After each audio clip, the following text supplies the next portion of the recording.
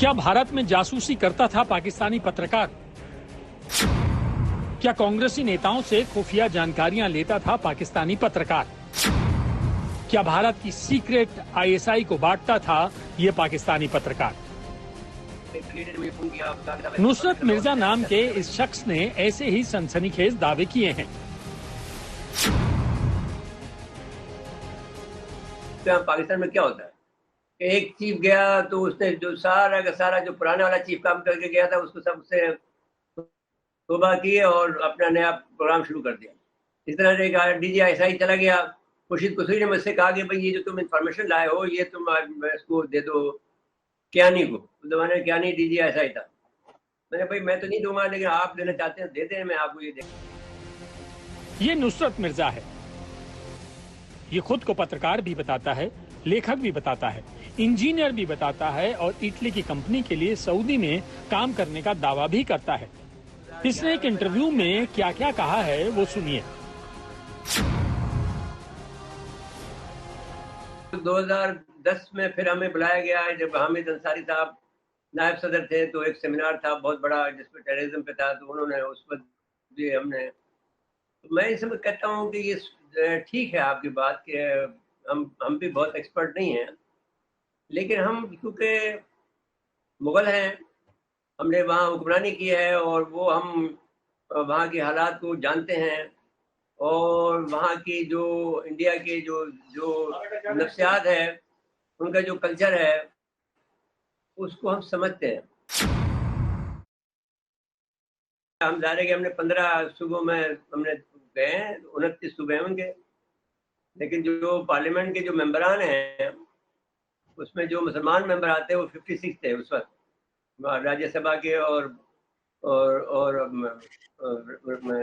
जो दारुल अवाम जिसे आप कहते हैं, तो वो उनके मुसलमानों के हम सबसे हमारी दोस्ती थी, तो वो जाहिर है कि आपके काम भी आ सकती थी। लेकिन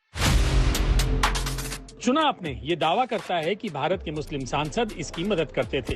खुद को मुगल और हिंदुस्तानियों को गुलाम समझने वाले इस शख्स ने दावा किया है कि ISI इससे खुफिया सूचनाएं मांगा करता था। भारत के मुस्लिम सांसद उसकी मदद करते थे। भारत के उर्दू अखबारों के संपादक उसके दोस्त हैं।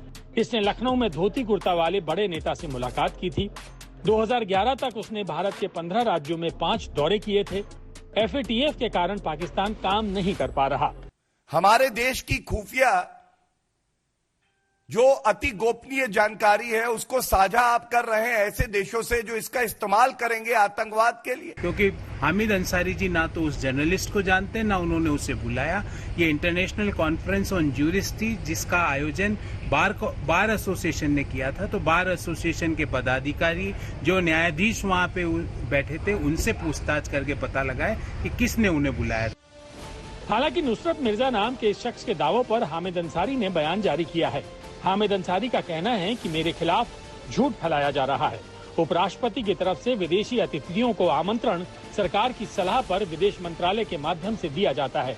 मैंने ना तो आमंत्रित किया, ना ही उससे मिला। ईरान के राजदूत के तौर पर मेरे काम की जानकारी तब की सरकार को थी।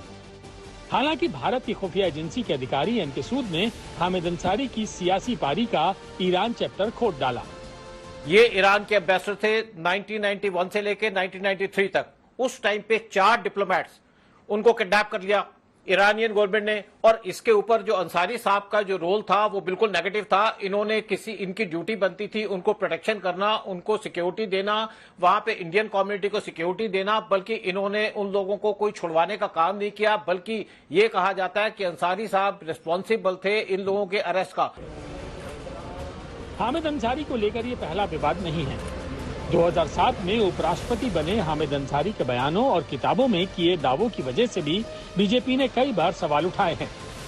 हालांकि ताजा विवाद जिस पाकिस्तानी पत्रकार के बयान के हवाले से शुरू हुआ है, उस नुसरत मिर्जा का दावा ये भी है कि पाकिस्तान में भूकंप से लेकर बाढ़, तूफान सब कुछ अमेरिका अपने हार्ट सिस्टम से लाता है। ऐसे में इस पाकिस्तानी पत्रकार के दावों की गंभीरता अपने आप में रिसर्च का विषय बन जाती है। दिल्ली से मौसमी सिंह के साथ आज तक ब्यूरो।